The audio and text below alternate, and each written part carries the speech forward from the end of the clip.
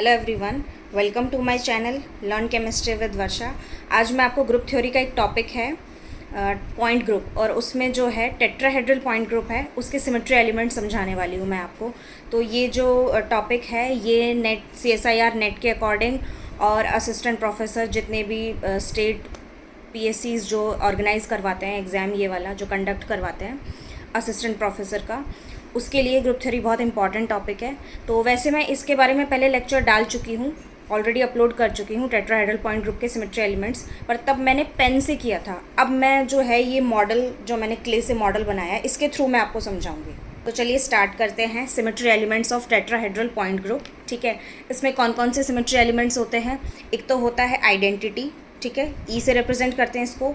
एक होता है 4C3 जिसमें जो थीटा होता है, एंगल जो होता है वो 120 डिग्री होता है। एक होता है 3C2, एक होता है 3S4 और एक होता है 6 सिग्मा डी।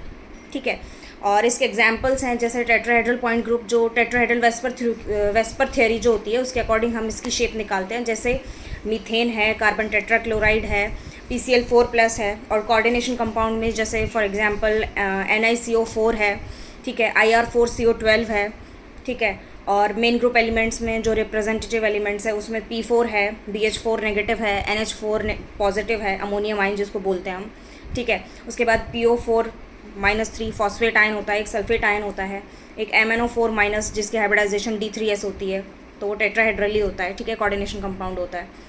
तो इनके ये सारे जो हैं इन सब का पॉइंट ग्रुप क्या होता है? Tetrahedral point group.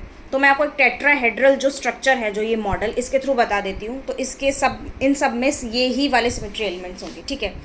तो सबसे पहले मैं स्टार्ट करती हूँ। सिमेट्री एलिमेंट जो है वो है आइडेंटिटी। आइडेंटिटी एलिमेंट जो होता है वो सब में होता है, ठीक है। It is present in all identity element, it is represented by E, ठीक है। और इसमें थीटा जो होता है वो 360 डिग्री होता है, क्योंकि 360 डिग्री एंगल से किसी भी मॉलिक्यूल को हम रोटेट करेंगे तो हमें वही as it is equivalent position मिलेगी उसकी। तो n = 360 degree divided by theta. 360 degree divided by 360 degree कितना हो जाएगा? 1। तो n की वैल्यू कितनी हो जाएगी? 1, तो C1, ठीक है। अब सेकेंड है इसमें प्रॉपर एक्सेस ऑफ सिमेट्री जो है C से रिप्रेजेंट करते हैं जब इसको हम axes of symmetry, proper axes of symmetry, ये कितनी होती है? 4 होती है। अब मैं आपको बताती हूँ 4 कैसे होती है, इस मॉडल के थ्रू बताती हूँ, ठीक है। इसमें जो ये वाला एटम है, ये देखो, ये सेंट्रल एटम है ये वाला, ठीक है। और ये जो पर्पल वाले हैं ये सारे जो हैं ये कौन से हैं? सराउंडिंग एटम्स, ठीक है। तो C3 जो है, C3 में जो थीटा होता है वो 120 डिग्री होता है, ठीक है। तो n = 360 degree divided by theta, n = 360 degree divided by 120 degree, तो 12 3 36, तो n की वैल्यू क्या हो जाएगी? 3, तो C3, ठीक है। अब इसमें 4 कैसे हैं? C3 4C3 कैसे हैं मैं बताती हूँ। इसमें ये जो 4 सराउंडिंग एटम्स है ना, इनसे C3 पास होगी, ठीक है, यहाँ से पास होगी, यहाँ से, ठीक है। ये देखो, यहाँ से C3 पास होगी, यहाँ से। और अब हम C3 में जहाँ से, जैसे ये है, तो इसके परपेंडिकुलर हम रोटेट करेंगे, ये नहीं कि यहाँ से किया और ऐसे रोटेट कर दिया, तो वो ऑपोजिट हो जाएगा।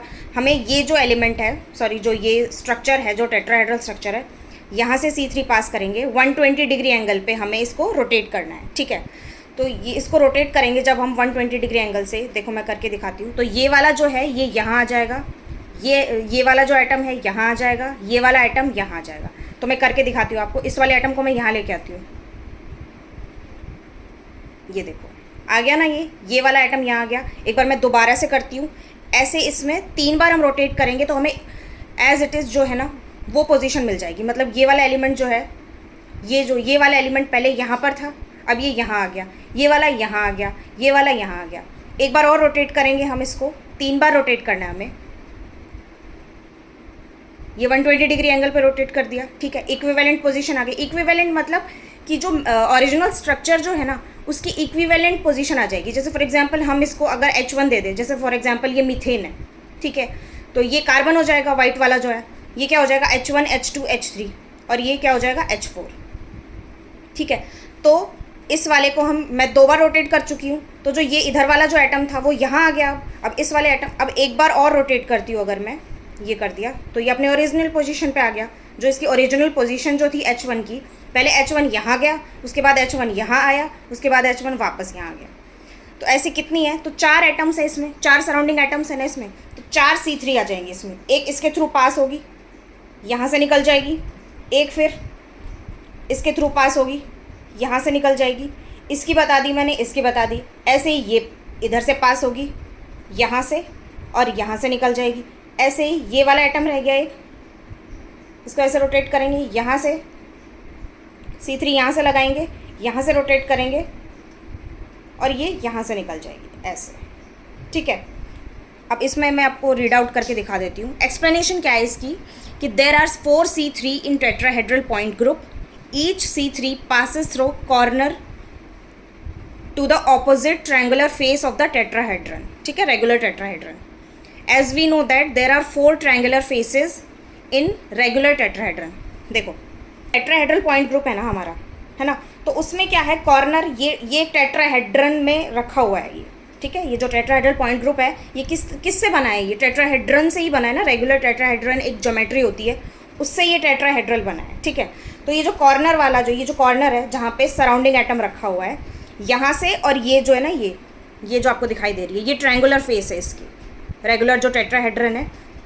तो यहाँ से हम इसको निकाल रहे हैं, इसको C3 को यहाँ से पास करते हुए, और ये इसके बीच से, मिड से निकल रही है ना, centre of the triangular face.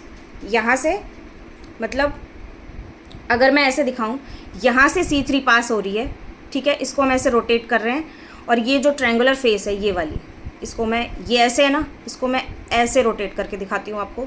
ये है इसकी ट्रायंगुलर फेस, ठीक है, ये वाली। तो हम इसको मैं वापस ऐसे रोटेट कर देती हूँ, तो ये C3 ऐसे घूमेगी, मतलब ये वाला जो है ना एटम, ये इधर चला जाएगा, ये वाला इधर चला जाएगा, ऐसे। कैसे किया है मैंने, एक बार रोटेट कर दिया, इक्विवेलेंट पोजीशन मिल गई इसकी, एक बार और रोटेट किया, फिर भी इक्विवेलेंट मिल गई, अब एक बार और किया, तो सारे जो एटम जिनकी पोजीशन जो स्टार्टिंग में थी ना, जो ओरिजिनल पोजीशन थी, उसी पोजीशन में आ गए, ठीक है।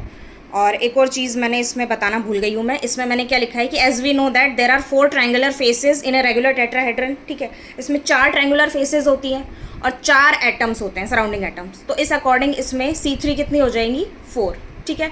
अब नेक्स्ट है 3C2। 3C2 में देखो क्या है, n जो है, थीटा जो है वो कितना है, 180 डिग्री। तो इसका मतलब n equals to 360 degree divided by 180 degree equals to 2। तो क्या हो जाएगा, C2।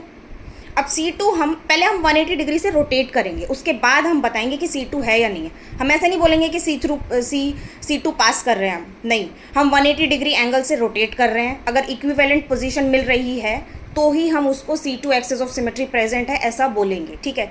ऐसा नहीं बोलेंगे कि C2 से हम, मतलब लगता ऐसे है कि C2 पास कर रहे हैं हम, नहीं, C2 पास नहीं कर रहे हैं हम रोटेशन कर रहे हैं through the angle theta which is 180 degree, ठीक है। उसके बाद अगर वो प्रेजेंट है तो हम बोलेंगे कि C2 axis of symmetry present है इसमें, ठीक है।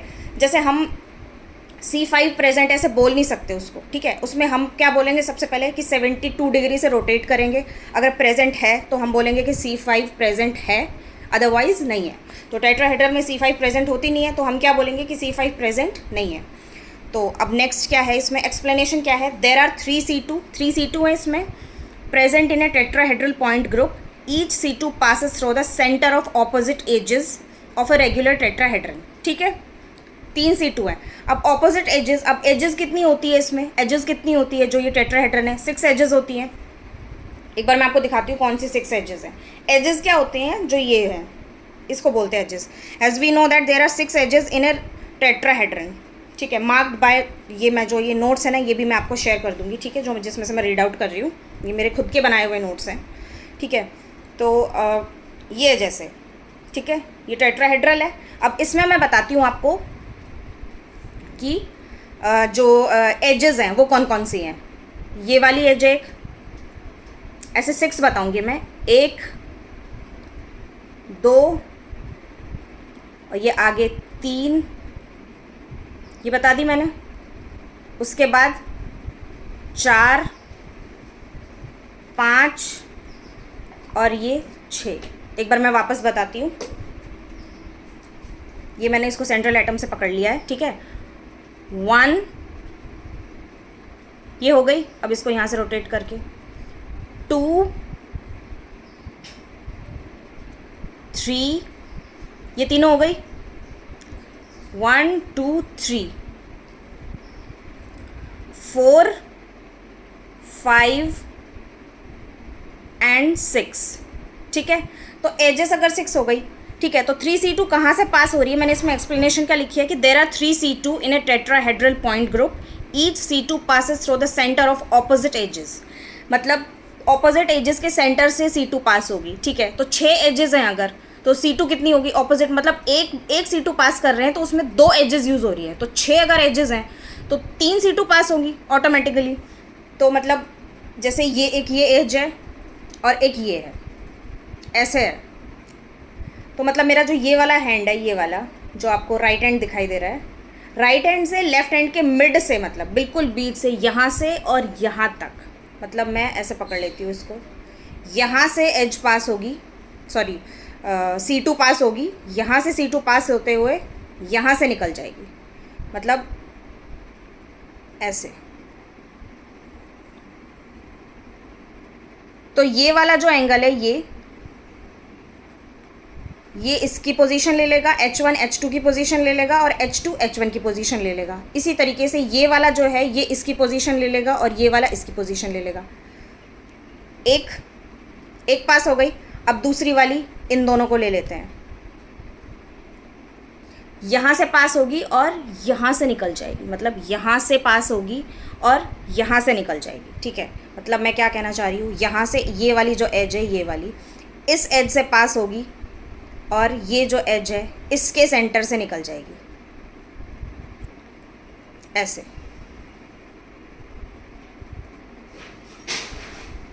ठीक है, तो मैंने कौन कौन सी बता दी, एक तो ये बता दी, ठीक है, उसके बाद मैंने ये वाली बता दी। अब कौन सी बची, इन दोनों को एक बार मैं फिर से बताती हूँ। एक तो ये एज हो गई, ठीक है, एक ये हो गई,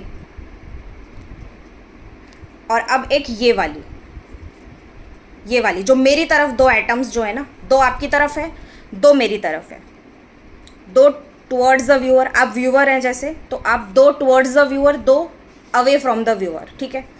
तो एक फिर यहाँ से पास होगी, इसको मैं ऐसे रोटेट करके दिखाती हूँ, एक यहाँ से पास होगी, यहाँ से और यहाँ तक। आप अच्छे तरीके से विजुअलाइज कर पाएँ, मैं एक बार फिर से बताती हूँ। देखो, ये हमारा टेट्राहेड्रल पॉइंट ग्रुप है, ठीक है, ये स्ट्रक्चर है। इसमें हम क्या कर रहे हैं, 6 एजेस बताई थी मैंने, एक ये दूसरी मेरी तरफ, 2 3 एजेस हो गई, ठीक है। उसके बाद मैं ऐसे रोटेट कर देती हूँ इसको, 4 5 और 6, ठीक है। तो अब क्या बता रही हूँ मैं, C2 बता रही हूँ, तो C2 कैसे पास होगी, 6 एजेस हैं अगर, मतलब अगर मैथमेटिकली आप समझे ना, अगर तो 6 एजेस हैं, जैसे 6 एजेस हैं, तो एक जो C2 है वो ऑपोजिट एजेस से पास हो रही है, मतलब एक एज इधर है, मतलब, और जो ये एजेस है ना एक दूसरे के परपेंडिकुलर है। फॉर एग्जांपल जैसे ये एक एज है और एक ये एज है, तो ये वाली अगर ऐसे है, ऐसे हॉरिजॉन्टल, तो दूसरी वाली देखो वर्टिकल है, दिखाई दे रही है आपको। एक हाथ मेरा वर्टिकल है और एक जो दूसरा वाला हाथ है मेरा वो कैसे है, हॉरिजॉन्टल। तो मतलब एक C2 यहाँ से इसके सेंटर से पास होके इसके सेंटर से निकल जाएगी, ये जो मैं थंब से जो बता रही हूँ, यहाँ से पास होगी, 180 डिग्री एंगल से हम रोटेट करेंगे इसको और यहाँ से निकल जाएगी, तो हम क्या बोलेंगे कि C2 प्रेजेंट है। इस तरीके से एक तो ये हो गई, इन 2 एटम्स को ले लिया, मतलब 1 2 एटम को ले लिया। अगर मैं नेमिंग करूँ, जैसे 1 2 एक दूसरे से रिफ्लेक्ट होंगे, सॉरी मतलब पोजीशन चेंज करेंगे, रिफ्लेक्ट तो सिग्मा में होते हैं, मतलब प्लेन ऑफ सिमेट्री में, ठीक है। एक्सेस ऑफ सिमेट्री में क्या होता है, इंटरचेंज करते हैं अपने पोजीशन। 1 और 2, ठीक है, 1 और 2 जो हैं वो किससे इंटरचेंज होंगे, मतलब 1 और 2 आपस में इंटरचेंज होंगे और 3 और 4 आपस में इंटरचेंज होंगे, ठीक है। इस तरीके से जैसे 1 2 एक दूसरे से इंटरचेंज, 3 4 इंटरचेंज, ठीक है। ऐसे 4 अपन जो जैसे परम्यूटेशन कॉम्बिनेशन पढ़ते हैं मैथ्स में, उस तरीके से हम पॉसिबिलिटी बना सकते हैं। 1 और 3 आपस में इंटरचेंज होंगे, 2 और 4 आपस में इंटरचेंज होंगे। ऐसे कितनी पॉसिबिलिटीज़ बन जाएंगी, इस तरीके से 3 पॉसिबिलिटीज़ बनेंगी। 1 2, ठीक है, आपस में इंटरचेंज, 3 4 आपस में इंटरचेंज, ठीक है, एक पॉसिबिलिटी। दूसरी पॉसिबिलिटी क्या होगी, 1 3 आपस में इंटरचेंज होंगे, 2 और 4 आपस में इंटरचेंज होंगे, एक पॉसिबिलिटी ये हो गई। एक 1 और 4 आपस में इंटरचेंज होंगे, एक 2 और 3 आपस में इंटरचेंज होंगे। ये जो 1 2 3 4 जो मैं बता रही हूँ, ये क्या है, हाइड्रोजन। जैसे जैसे मीथेन है, मीथेन में जैसे एक कार्बन है, 4 हाइड्रोजन एटम्स है, जैसे ये 4 हाइड्रोजन, ये H1 H2 H3 and H4, ठीक है। उसके बाद इसकी एक्सप्लेनेशन मैंने बता दी थी। उसके बाद है 6 सिग्मा डी। सिग्मा डी जो है, D stands for dihedral angle, angle between the 3 consecutive bonds and 4 atoms, ठीक है। सिंपल एंगल जो होता है ना, वो 2 बॉन्ड्स के बीच में होता है और 3 एटम्स के बीच में होता है। लेकिन जो डाइहेड्रल एंगल होता है वो किसके बीच में होता है? 3 कॉन्जिक्यूटिव बॉन्ड्स, 3 एक साथ बॉन्ड्स होते हैं। जो डाइहेड्रल एंगल होता है वो 3 कॉन्जिक्यूटिव बॉन्ड्स के बीच में होता है और 4 एटम्स के बीच में होता है। अब इसमें क्या लिखा है? ईच सिग्मा डी, ठीक है। प्लेन ऑफ सिमेट्री जो होती है उसको हम सिग्मा से रिप्रेजेंट करते हैं, ठीक है। Each sigma d passes from each edge of the regular tetrahedron, from the centre of the edge of the tetrahedron, ठीक है। As we know that there are 6 edges in the tetrahedron, so there are 6 sigma d, ठीक है। 6 sigma D होते हैं इसमें। देखो मतलब edges कितनी होती है? हर एज से पास होगा, हर एक एज से, ठीक है। जैसे फॉर एग्जांपल ये 6 एजेस मैं ऑलरेडी आपको बता चुकी हूँ, 6 एजेस। जैसे ये वाली जो एज है, ये वाली, मैं ये वाली एज लेके चल रही हूँ, ठीक है। तो प्लेन कहाँ से पास होगा? यहाँ से, इस तरीके से, ऐसे प्लेन पास होगा, जो इन दोनों एंगल को तो कट करेगा, सॉरी इन 2 एटम्स को कट करेगा। जैसे ये H1 है, ये H2 है। H1 और H2 जो है, यहाँ से प्लेन जाएगा, इसको कट करेगा, H1 और H2 को आधा आधा कट करेगा, ठीक है। और जो यहाँ से निकल जाएगा, फिर ये यहाँ से निकल जाएगा, तो 3 और 4 आपस में रिफ्लेक्ट करेंगे। देखो ये प्लेन जाएगा ऐसे, इस तरीके से ये प्लेन जाएगा, जैसे मैंने हाथ से दिखाया हुआ है ना, ये प्लेन जा रहा है। मतलब H1 और H2 को क्या कर रहा है? कट कर रहा है, आपस में दोनों कट हो रहे हैं, ठीक है। मतलब 3 एटम्स जो प्लेन में है, central atom, 2 surrounding atom H1 और H2, इन तीनों को तो कट कर रहा है, ठीक है। और इसके परपेंडिकुलर निकल रहा है, ये जो 2 एटम्स है ना, इनके परपेंडिकुलर निकल रहा है, मतलब सॉरी एटम्स के परपेंडिकुलर नहीं निकल रहा है, मैंने गलत बता दिया। जो दूसरी वाली जो एज है ना, जो ये वाली एज, इस एज के पैरेलल निकल रहा है। और जो दूसरी वाली जो एज है ना, ये वाली एज, ये यहाँ से, और ये जो इसके नीचे, मैं बता नहीं पा रही हूँ, ये नीचे जो एटम है, इस वाली एज के परपेंडिकुलर निकल रहा है। मतलब एक एज के पैरेलल और दूसरी वाली जो एज है उसके परपेंडिकुलर निकल रहा है। इस वजह से जो प्लेन में जो 2 H1 और H2 है, जो ये आप देख पा रहे हैं, इनको तो कट कर रहा है और 3 और 4 को आपस में रिफ्लेक्ट कर रहा है। तो इस तरीके से कितने सिग्मा डी हैं? 6 सिग्मा डी हैं। मतलब 6 सिग्मा डी किस हिसाब से हैं? देखो कि 6 एजेस हैं, 6 एजेस हो गई। उसके बाद इसमें हर एक एज के पैरेलल निकलेगा और दूसरी जो ऑपोजिट साइड वाली जो एज है ना, उसके कैसे निकलेगा? परपेंडिकुलर। तो 6 अगर एजेस हैं तो 6 सिग्मा डी हो जाएंगे, ठीक है।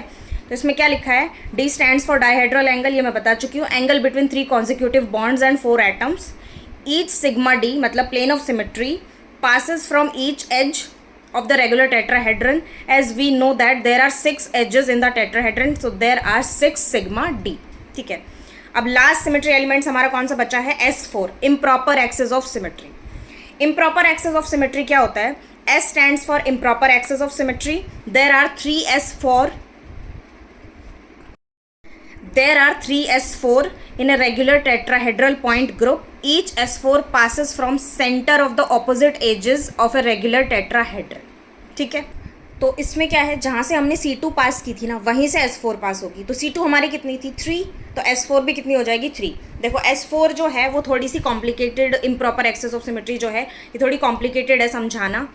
सबसे पहले हम क्या करेंगे? C2 पास करेंगे। तो ये एज है और एक ये एज है, ठीक है, ये परपेंडिकुलर है आपस में। तो यहाँ से C2 पास करेंगे और यहाँ से निकाल देंगे C2 को, ठीक है। तो 180 डिग्री से, जैसे मैं ये वाली जो है ये H1 H2 से रिप्लेस हो जाएगी, मतलब रिप्लेस क्या, इंटरचेंज हो जाएगी, और H3 H4 से इंटरचेंज हो जाएगी। तो मैं आपको इंटरचेंज करके दिखाती हूँ। देखो, इसको मैं नीचे ला रही हूँ, इसको ऊपर ला रही हूँ, तो ये वाला इससे इंटरचेंज हो जाएगा, ये इससे इंटरचेंज हो जाएगा। ये देखो हो गया। उसके बाद हमें क्या करना है, मतलब H1 H2 की जगह आ गया और H2 H1 की जगह आ गया, H3 H4 की जगह आ गया और H4 H3 की जगह आ गया, ठीक है। अब हमें क्या करना है, इक्विवेलेंट हमें ओरिजिनल कॉन्फ़िगरेशन कैसे मिलेगी? जब हम यहाँ से प्लेन पास करेंगे, यहाँ से प्लेन पास किया तो H1 H2 को रिफ्लेक्ट करेगा और H2 H1 को। तो मतलब क्या हुआ कि H1 अपनी पोजीशन पे आ गया वापस। तो क्या होगा कि C2, पहले हम C2 लगाएंगे, उसके बाद हम प्लेन पास करेंगे, तो इससे हमें क्या मिलेगी? Improper access of symmetry, that is S4, ठीक है। तो आप बताना आपको ये लेक्चर कैसा लगा, आपको समझ में आया या नहीं आया इस मॉडल के थ्रू, या फिर आपको जो मेरा जो पुराना वाला लेक्चर है वही बेटर लगा जो मैंने पेन के थ्रू समझाया था आपको। तो okay, thank you, keep watching and keep learning.